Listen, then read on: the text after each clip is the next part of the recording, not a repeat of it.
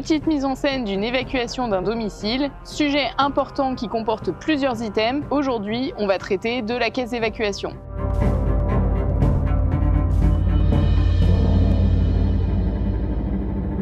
Beaucoup de survivalistes comme Vol Ouest abordent ce sujet de caisse d'évacuation, mais sans être survivaliste ou alors collapsologue, il est essentiel de se préparer à une situation d'urgence et potentiellement quitter son domicile. Dans des situations d'urgence comme par exemple des catastrophes naturelles, que ce soit des inondations, que ce soit des tremblements de terre, que ce soit des glissements de terrain ou en cas de guerre, la priorité ça va être de te mettre en sécurité et éventuellement, même obligatoirement, mettre ta famille en sécurité. La priorité c'est toi. À partir du moment où toi et tes proches sont en sécurité, la maison, même si elle vient à être détruite ou être abîmée, à ce moment-là, vous serez les facteurs pour pouvoir reconstruire éventuellement la maison, à partir du moment où vous êtes en sécurité et en bonne santé. Et pour ça, rien de mieux que de préparer un sac d'évacuation ou des caisses d'évacuation pour pouvoir quitter ton domicile en toute sécurité. Et bien sûr, rapidement. Voilà comment moi j'ai préparé mes caisses d'évacuation pour 2 personnes et pour 48 heures, juste le temps de pouvoir rejoindre le point de repli que je m'étais fixé au départ pour voir la famille par exemple, m'assurer qu'elle soit en sécurité, et je t'invite à aller voir la vidéo justement sur la survie en ville si tu veux plus d'informations.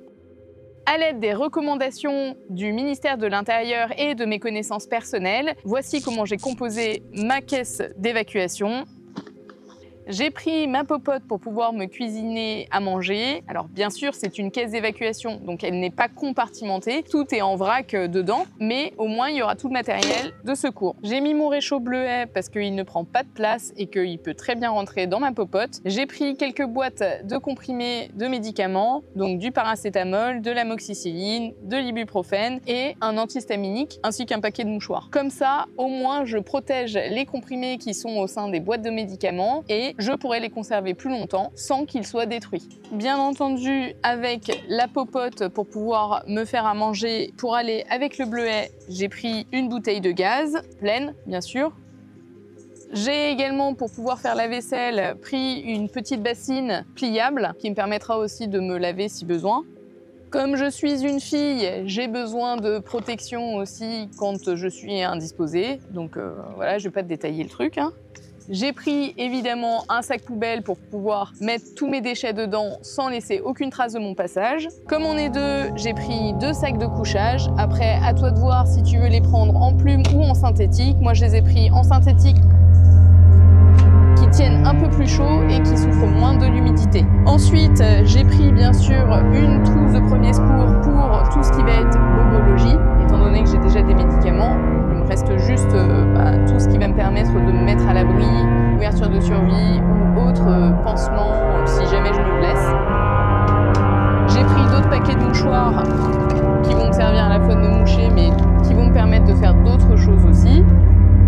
Un jeu de cartes, pourquoi un jeu de cartes? Tu vas me dire c'est pas très important. Ben si, parce que quand tu restes bloqué pendant plusieurs jours dans une situation ou dans un lieu en particulier, pour éviter de devenir fou et puis pour occuper le temps, en attendant que les choses se tassent un petit peu, c'est bien d'avoir un petit peu de loisir et de pouvoir s'occuper tout en gardant un esprit un peu positif et un peu ludique.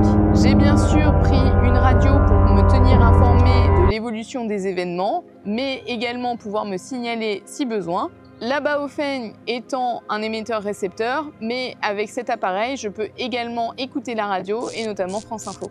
Pour pouvoir recharger ma VHF ainsi que nos téléphones, j'ai pris des batteries externes et du câble, ce qui me permettra de te parler de la batterie que tu as vue en début de vidéo. C'est la batterie Flashfish A201 et juste à côté, tu as le générateur solaire TSP60 de 60 watts. La batterie est un générateur qui peut fournir au maximum 200 watts. Elle a une grande capacité de 48 000 mAh. Il y a 3 façons de recharger, soit le courant classique de la maison, soit en solaire à condition d'avoir le panneau solaire de chez Flashfish, soit le courant de la voiture.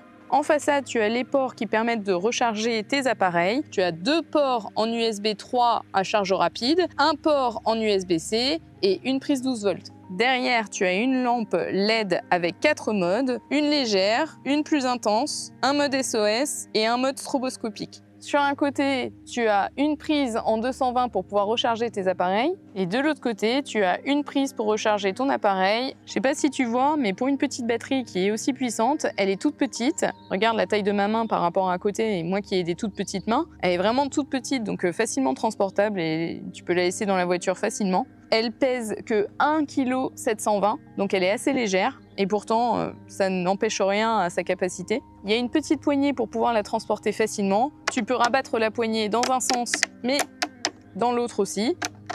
Le temps de rechargement de cette batterie est d'environ 5 heures, peu importe le mode pour pouvoir l'alimenter. Elle a 800 cycles de chargement, ce qui est quand même pas rien. Elle est garantie 12 mois. On m'a envoyé un panneau solaire de 60 watts pour pouvoir la recharger, mais pour ça, il faut du soleil et que ton panneau solaire soit bien incliné. Pour avoir la meilleure inclinaison, d'ailleurs, tu as des supports pour pouvoir l'incliner correctement. C'est une batterie au lithium. Pour pouvoir l'allumer, tu cliques 3 fois sur le power, ce qui va mettre en tension les ports ici. Et si tu veux mettre en tension la prise 220, tu as juste à appuyer sur AC. Si cette petite batterie flash fiche t'intéresse, tu regarderas dans la description de la vidéo, il y a un code promo où tu auras le droit à 15% de réduction.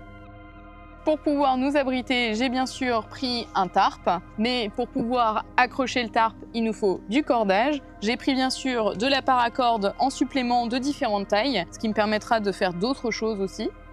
Pour faire notre toilette rapide, j'ai pris des lingettes, parce que c'est ce qu'il y a de plus facile et plus rapide, surtout quand tu n'es pas à proximité d'un cours d'eau. J'ai pris bien évidemment de la nourriture pour 48 heures, en prenant soin de choisir des choses qui étaient non périssables et surtout qui soient bien protégées de l'humidité, comme des conserves. Donc il y a des sardines, des conserves de cornets de beef, de blanc de poulet, des choses assez faciles à cuisiner qui ne demandent pas énormément d'eau. De l'eau, de toute façon, il en faudra pour pouvoir s'hydrater. Et donc pour ça, j'ai pris 3 grosses bouteilles de 2 litres d'eau pour pouvoir s'hydrater et préparer la nourriture. Comme j'avais encore un petit peu de place, j'ai pris des plats lyophilisés. Comme ça, c'est rapide à cuisiner, il y a juste besoin d'un petit peu d'eau. Ça réchauffe quand même malgré tout. Et puis, ça prend pas de place dans la caisse d'évacuation. Tu peux également prendre des rations de survie si tu veux.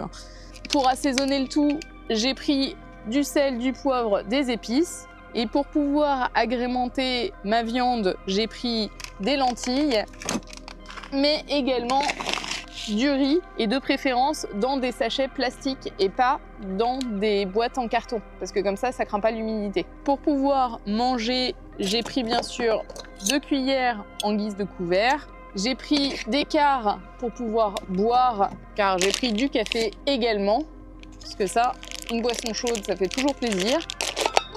Pour découper la nourriture, j'ai un Opinel. J'ai également un multi-tools si jamais j'ai quelques travaux à faire ou des choses comme ça, des petites choses à réparer.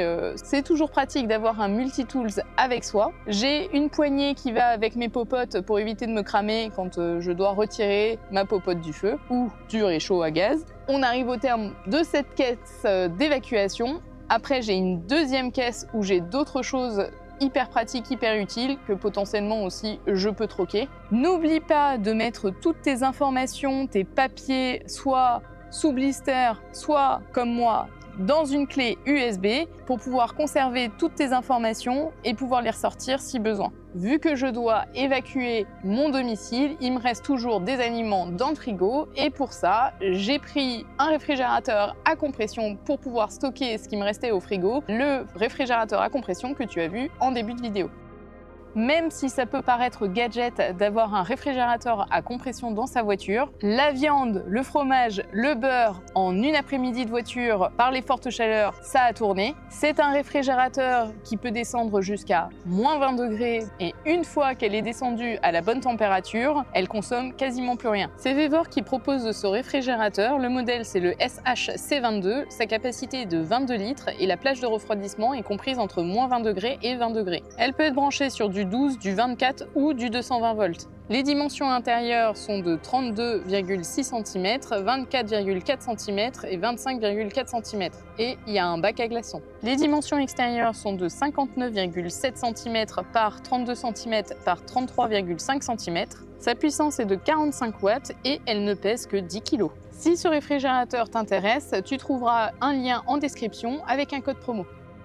Comme tu as pu le voir, j'ai une deuxième petite caisse d'évacuation juste à côté de la première. C'est notamment pour tout ce qui va être éclairage et troc. Donc dedans, tu vas retrouver une lampe, une autre lampe, plein de piles, parce que ça on en a toujours besoin, que ce soit pour ces appareils ou même d'autres personnes pourraient en avoir besoin. Des briquets pour pouvoir allumer le réchaud si besoin, ou faire du feu, une autre lampe.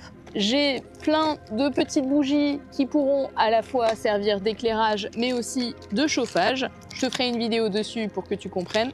J'ai tout ce qui va me permettre de traiter de l'eau dans l'absolu et rapidement. Donc j'ai de l'hydroclonazone.